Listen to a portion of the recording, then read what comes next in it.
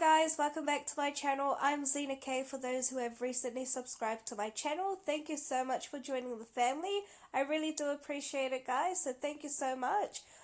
Just a disclaimer, guys, I am pretty sick during this video. I have also been tested for COVID, so fingers crossed that's all negative when the results come through. So guys, today I'll be showing you guys how I transform a budget $5 cake mix into a cake that looks more attractive, more expensive, more delicious, more tasty, basically a cake that would impress anyone. So for the cake itself, I can promise you there's no extra ingredient required, there's no special tip or tricks around it. All you have to do is follow the instructions according to the box. So you go ahead and you put in the dry ingredients, you follow it up with 2 eggs, add in any type of milk, I'm using trim milk, and you'll just need some good butter. So I'm going ahead putting in the butter there. Make sure you're scraping down the butter so you're getting all the butter that is required for this recipe so you're not missing out. Close it down and give it a good old mix.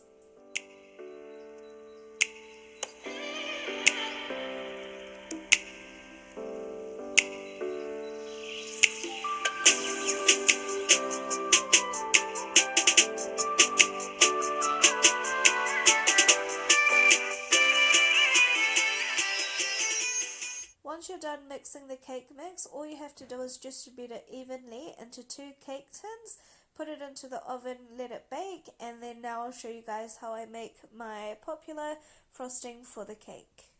For the frosting, you would need 50 grams of room temperature butter, follow it up with some icing sugar, that's according to taste, so you put in a little at a time, put in some cocoa powder, and you should have a beautiful chocolate frosting for your cake. So this would be good for layering and covering the entire cake with the chocolate frosting.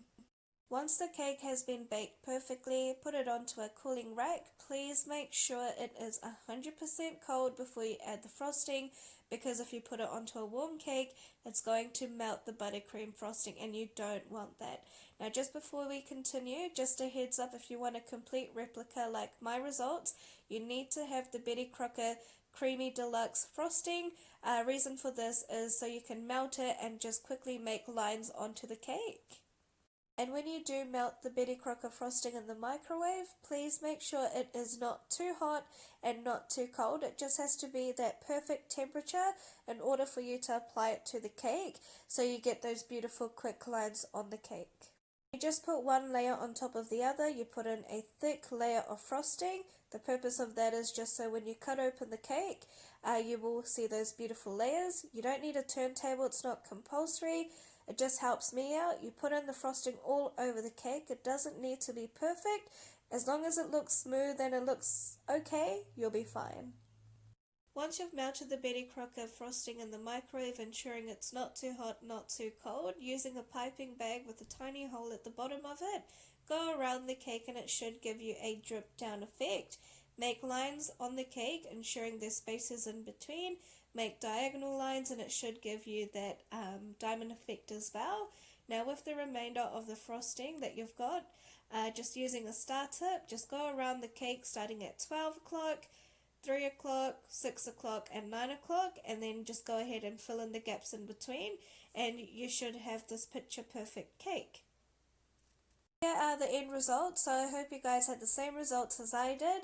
I hope you guys enjoyed this video. If you did, please like, comment and subscribe. Thanks for watching. Bye!